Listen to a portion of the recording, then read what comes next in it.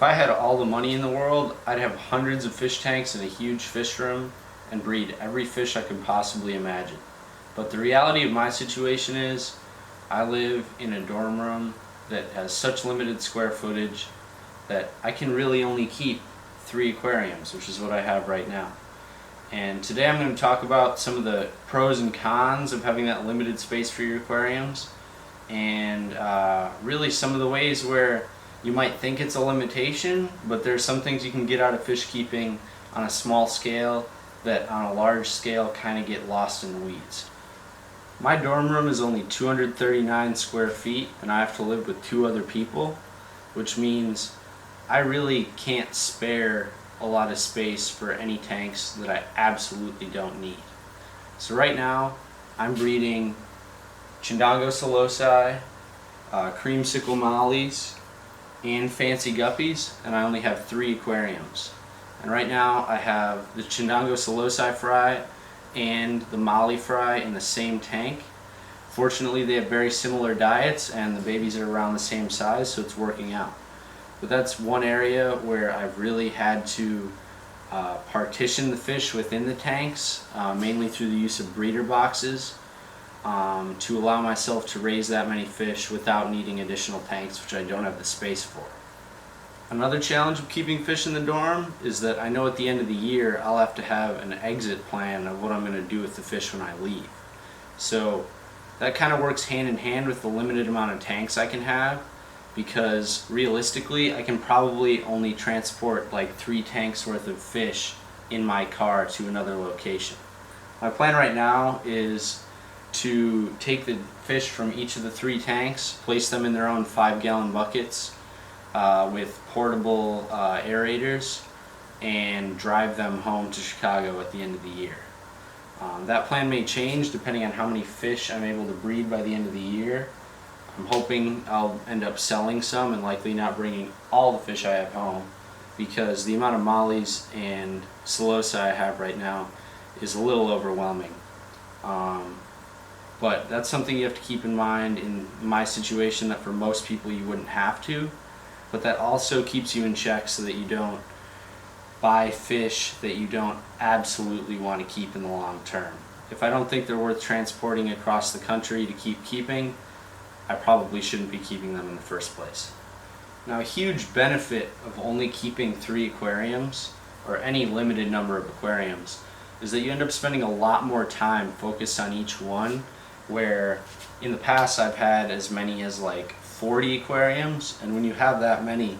it's pretty much impossible to dedicate a good amount of time to each tank, and especially each fish, to make sure they're all healthy. Where when I'm only keeping my eyes on 3 tanks, I can really enjoy the fish's behavior and stay in tune with everything going on in each individual tank, and sometimes even with each individual fish. This means, I would say, overall, if you only have 3 aquariums, your likelihood of them all running smoothly is much higher than the likelihood of having 40 and having them all run smooth, simply because you can't maintain your attention on so many tanks at once, and keeping it down to just a small number is really beneficial for just sort of perfecting your craft in those couple of tanks. One great example of how you get to pay more attention to each individual tank when you have a small number is involved in how I've watched these fish breed.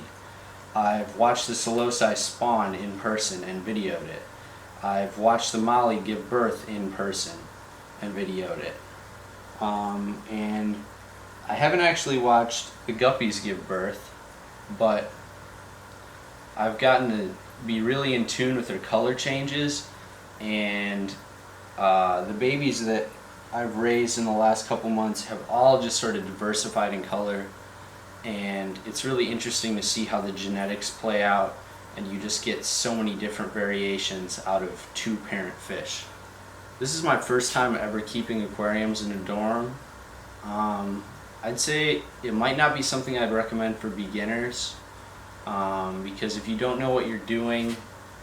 some of the restrictions involved